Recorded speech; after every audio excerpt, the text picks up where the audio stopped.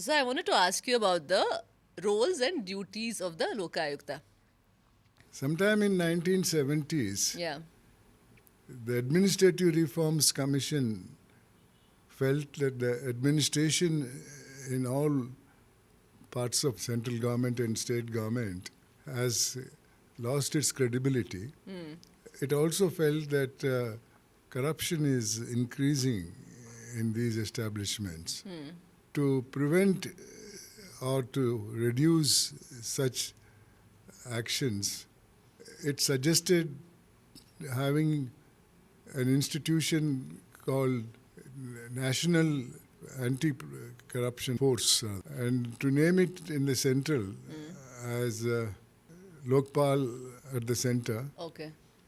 and at the states as Lokayukta. Okay. But for reasons better known to the governments, it was never given effect to.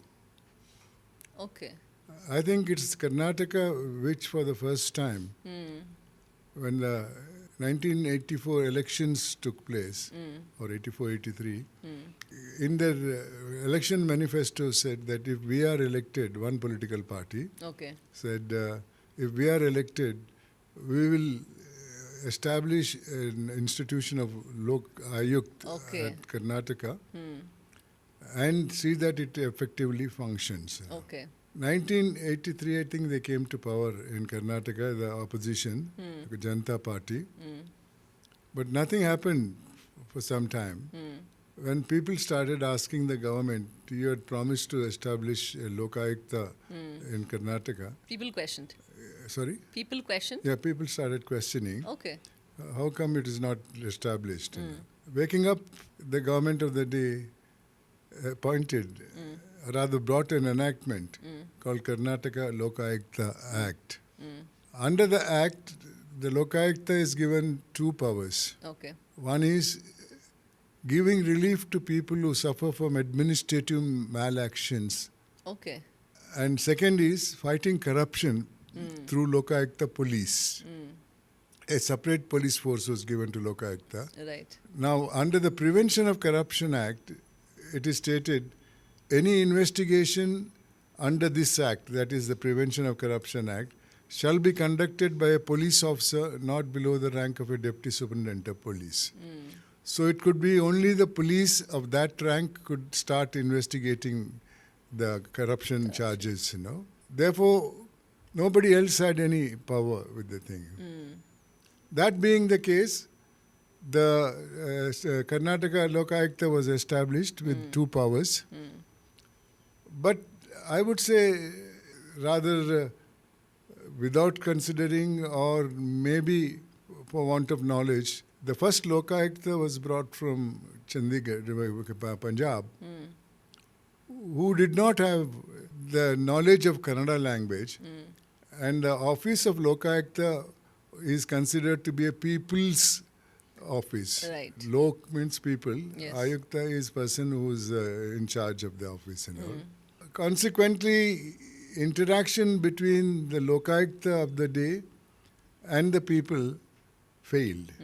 Therefore, it didn't become very popular with the thing. Moreover, having not known what would be the sequences or consequences of appointment of Lokayukta, much of action did not take place.